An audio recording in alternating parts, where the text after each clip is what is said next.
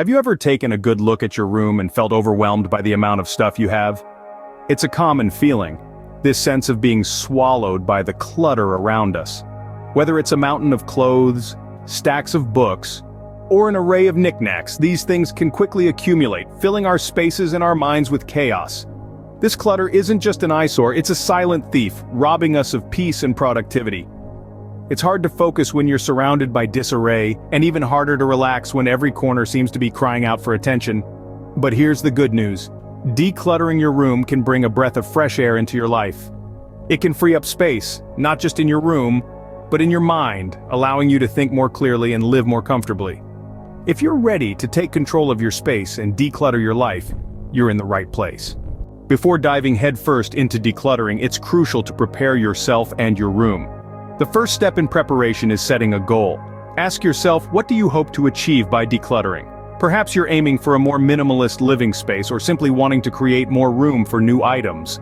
Whatever your goal may be, having a clear vision in mind will guide your decluttering process and keep you focused.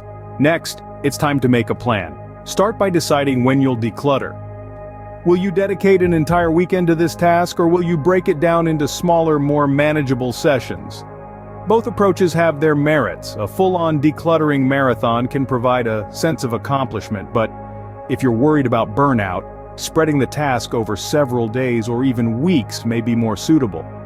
Once you've scheduled your decluttering session or sessions, consider which areas of your room you'll tackle first. It might be helpful to begin with the most cluttered area or the spot that bothers you the most. This way, you'll see immediate progress, fueling your motivation to continue. Another crucial part of the plan is deciding what to do with the items you'll be parting ways with. Will you donate them, sell them, recycle them, or throw them away? Having a plan in place for each of these categories will streamline the decluttering process and prevent you from simply shifting clutter from one place to another. Finally, gather the necessary supplies. You'll need boxes for items you're keeping, donating, selling, and recycling. And don't forget trash bags for items that are beyond salvage. It's also a good idea to have cleaning supplies on hand, as you'll likely uncover dust and grime during your decluttering session. Remember, decluttering is not a race. It's a process that should be taken at your own pace. Break it down into manageable tasks, and don't forget to reward yourself for your progress along the way. With preparation done, you're ready to face the clutter. Now it's time to get into the heart of decluttering. Imagine yourself standing in the middle of your room, surrounded by the chaos of clutter. The task may seem daunting, but don't fret. We're going to tackle this together, step by step. Firstly, let's begin by sorting all the items into 4 categories. The first is keep, for items that you truly need or cherish. The next category is donate, for items that are still in good condition but don't serve any purpose in your life. The third category is sell, for items that may have value for someone else. Lastly, we have trash, for items that are broken, worn out, or expired. Now this is where we need to be ruthless. Decluttering isn't about shuffling things around, it's about letting go. If you haven't used something in the past year, it's probably time to part ways. Don't be swayed by sentiments of just in case or maybe one day. Be decisive. Once you have sorted everything, it's time to clean. And I mean really clean. Dust those shelves, vacuum those corners, and wipe down those surfaces. This is your chance to give your room a fresh start, so let's make it shine. Now, let's deal with the keep pile. Here's where organization comes into play. Group similar items together and designate a specific spot for them in your room. The key is to make sure that everything has a home. This way, you'll always know where to find things and, more importantly, where to put them back. As for the donate and sell piles, get them out of your room as soon as possible. Bag up the donations and drop them off at a local charity. For the items you're selling, take pictures and list them online straight away. The longer these items sit in your room, the more likely they are to creep back into your space. Finally, it's time to deal with the trash pile. Dispose of these items responsibly. Remember, some items like electronics and certain types of plastic may need to be recycled in a specific way. Through this process, you're not only decluttering your room, but you're also decluttering your mind. A clean, organized space can bring about a sense of calm and productivity.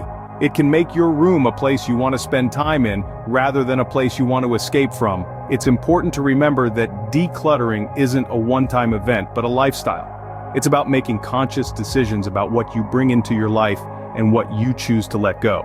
So take a deep breath, roll up your sleeves, and let's get started. Remember, decluttering is a process. It's okay to take your time. Congratulations on decluttering your room, but how do you keep it that way? The key to maintaining a clutter-free environment lies in the regular practices you implement. Let's explore some strategies that could assist you in keeping your space organized. Firstly, consider adopting the one in, one out rule. It's a straightforward concept. For every new item you bring into your space, one existing item must leave. This isn't about creating a revolving door of stuff, but rather about being mindful of what you allow into your space. If you buy a new book, for example, pass an old one on to a friend or donate it. This approach helps to keep your possessions at a manageable level. Another essential strategy is regularly reviewing your items. Set aside time each month, or even each week if you can, to go through your belongings. Ask yourself, do I still need this? Does it still serve a purpose in my life? If the answer is no, it's time to let go. You'll be surprised how much you can declutter just by consistently reviewing what you own. Next, create a designated place for every item. This doesn't mean you need to have a minimalist home with bare surfaces everywhere. It simply means that everything should have a home. When everything has its own place, you eliminate the chaos of items scattered about and make tidying up a breeze. You know exactly where to put things away, and more importantly, where to find them when you need them. Remember, the goal isn't to live with the absolute minimum of possessions. It's about living with only what you truly need and love, creating a space that feels inviting and calm rather than stressful and overwhelming. Finally, remember that maintaining a clutter-free environment isn't a one-time event. It's a continuous process requiring regular effort and commitment. But don't worry, it doesn't have to be a chore. In fact, once you get into the habit of it, you'll find it becomes a natural part of your routine. Maintaining a decluttered room is a continuous process, but with these strategies, it becomes much easier. So, we've covered a lot today. Let's quickly recap. It all began with the state of your room. We took a hard look at the clutter, the mess, the chaos. It was a bit daunting, wasn't it? But that was the first step, acknowledging the need for change. It's like that old saying goes, the first step to solving a problem is recognizing there is one. Once we had taken stock of the situation, we moved into the preparation phase. This was all about getting ourselves ready for the task at hand. We figured out what supplies we needed, set aside time in our schedules, and mentally prepared ourselves for the work ahead. We learned that being well prepared is half the battle when it comes to decluttering. Then, we dove into the decluttering process itself. We talked about methods like the 4-box technique, where we divided items into categories: keep, donate, trash, and relocate. We also discussed how important it was to be ruthless in our decision-making, to really question whether each item was worth keeping. This was the meat of the operation, the heart of our decluttering journey. But our chat didn't stop there. We also explored how to maintain a clutter-free environment once we'd achieved it. We learned that decluttering is not a one-time event, but a continuous process. It's about adopting new habits, like putting things back where they belong immediately after use, and regularly reviewing and purging items that no longer serve us. Remember, the benefits of decluttering extend far beyond just a tidy room.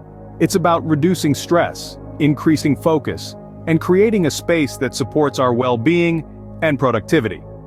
It's about reclaiming our environment from the clutches of clutter and creating a space that feels good to be in.